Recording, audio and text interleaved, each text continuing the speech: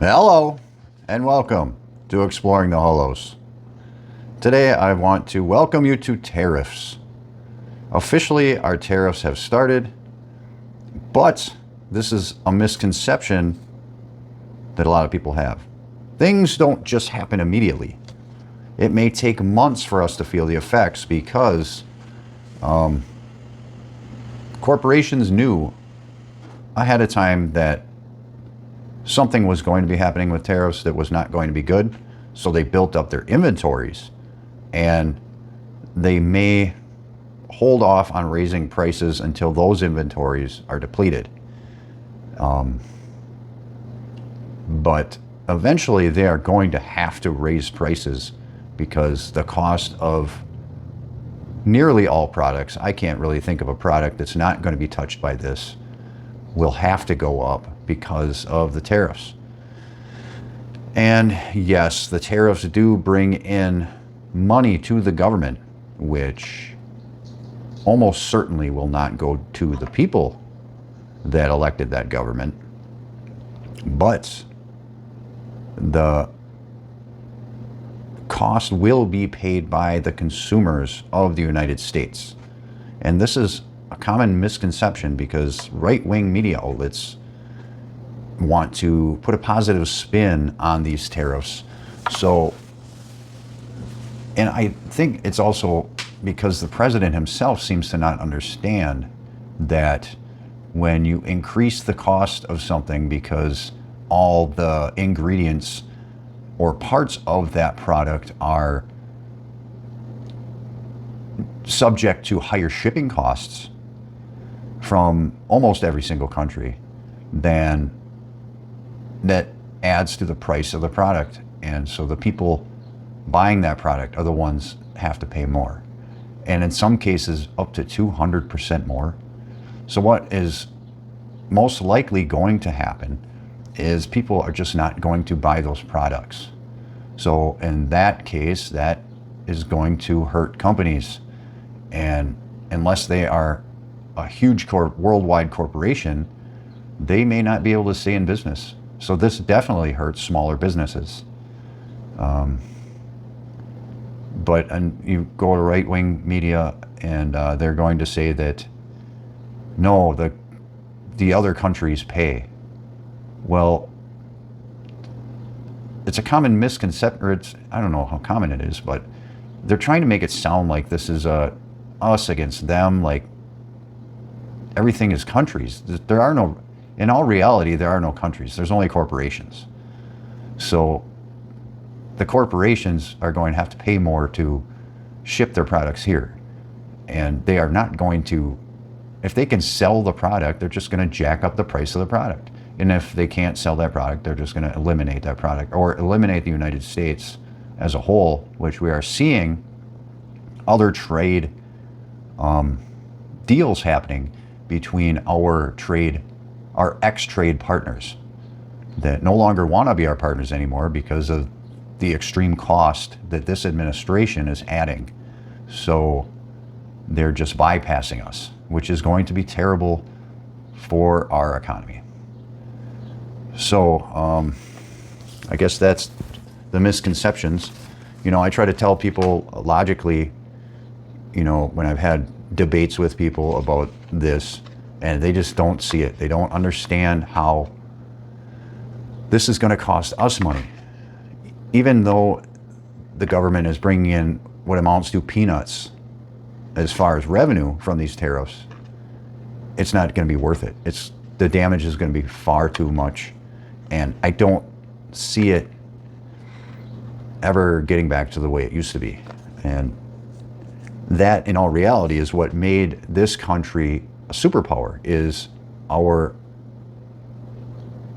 economic dominance and our ability to take advantage of other countries and their lower labor costs.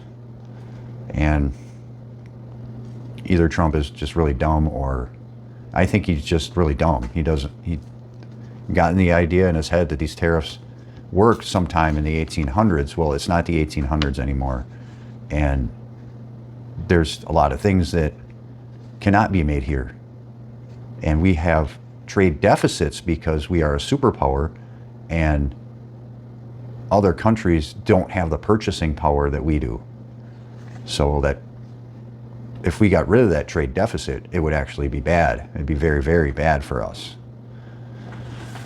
And so you try to tell people that now, and because the tariffs have just started, it's going to take a little while before people actually start to believe me. They're going to have to need to feel it in their pocketbooks. And so this presents opportunities. I believe that the Democrats are going to sweep the House. I mean, you see right now the gerrymandering. They're trying to gerrymander in the middle of a decade, which that's supposed to be done, to do it legally, that's supposed to be done when there's a census, which is like every 10 years, not in the middle. So they are really, really worried about not being able to win the midterms.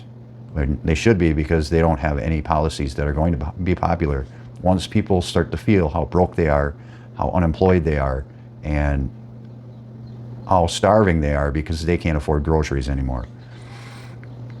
So this is going to create a huge opposition to the current administration and the Republican Party.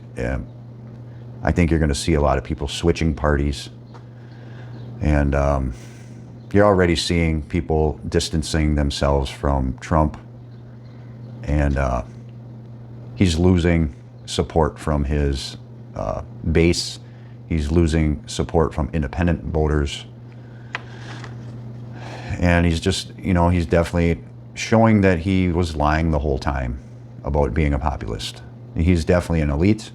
He's taken a lot of money from Israel and oil companies. He's given a lot. He's taken a lot of donations from tech companies, and he just needs to deliver back to them because they're the ones who paid him. So we need to wake the nation up to this this game that the elites play. They want to keep us divided, and they want to keep us partisan. But we need to make sure that even an elite Democrat, an establishment Democrat, does not get elected. In order to have change, we need a populist. Even if it's a moderate Republican populist, that would be better than an establishment Democrat. We need to destroy this establishment that only delivers for people making more than $500,000 a year. That is not sustainable. They are funneling all the money away from a majority of the people. And I predict that there's going to be at least a revolt in politics in 2028. And if not 2028, definitely if not in 2026, definitely in 2028. And hopefully we can get a left populist elected president, somebody who is actually going to do something, somebody who is going to be a bully like Trump is, but for his voters. We need somebody who is going to bully the establishment, not just lie and say they're going to be a bully to the establishment to get elected, and then change their tune when they start receiving the checks. So we need to wake everybody up starting now that we're not going to accept a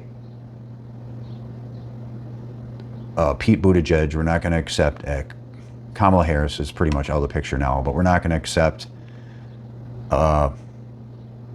Gavin Newsom or anybody like that that's a slick corporatist that's only going to pretend that they're going to change things. We need somebody who is actually going to change things. And this has to be done in the primaries.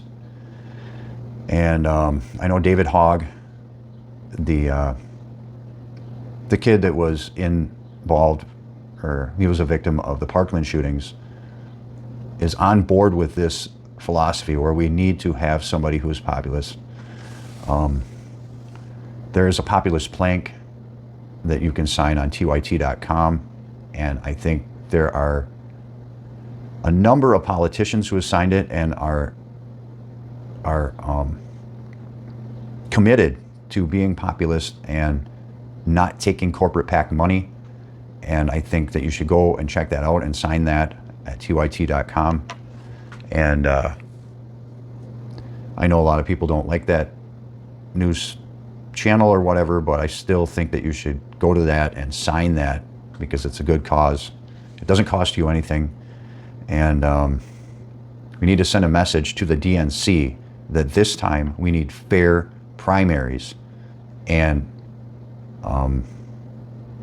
we want change. We don't want, like, they totally screwed over Bernie Sanders last time by having all the candidates drop out in the primaries and endorse Biden. And then Biden just sucked because he's a total corporatist. And if you can see by my shirt, he's got blood on his hands. He's working with this guy, and we want nobody. We don't ever want to elect anybody again that's going to work with that guy. Anybody that would go to Congress and clap for him when he's speaking doesn't deserve to be a politician in this country. We need somebody who works for America first. Nobody that is going to say that, oh, as soon as they're elected, they're going to go to Israel. No, you stay in the United States and you work for the people of the United States.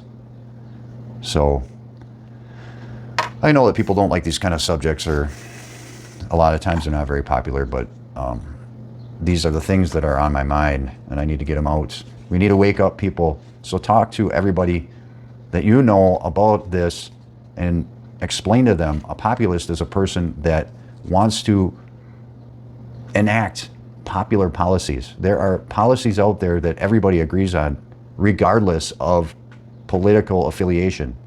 And we need somebody who is going to actually do that, affect change, and tell the corporations, no, I don't want your money. I work for the American voters.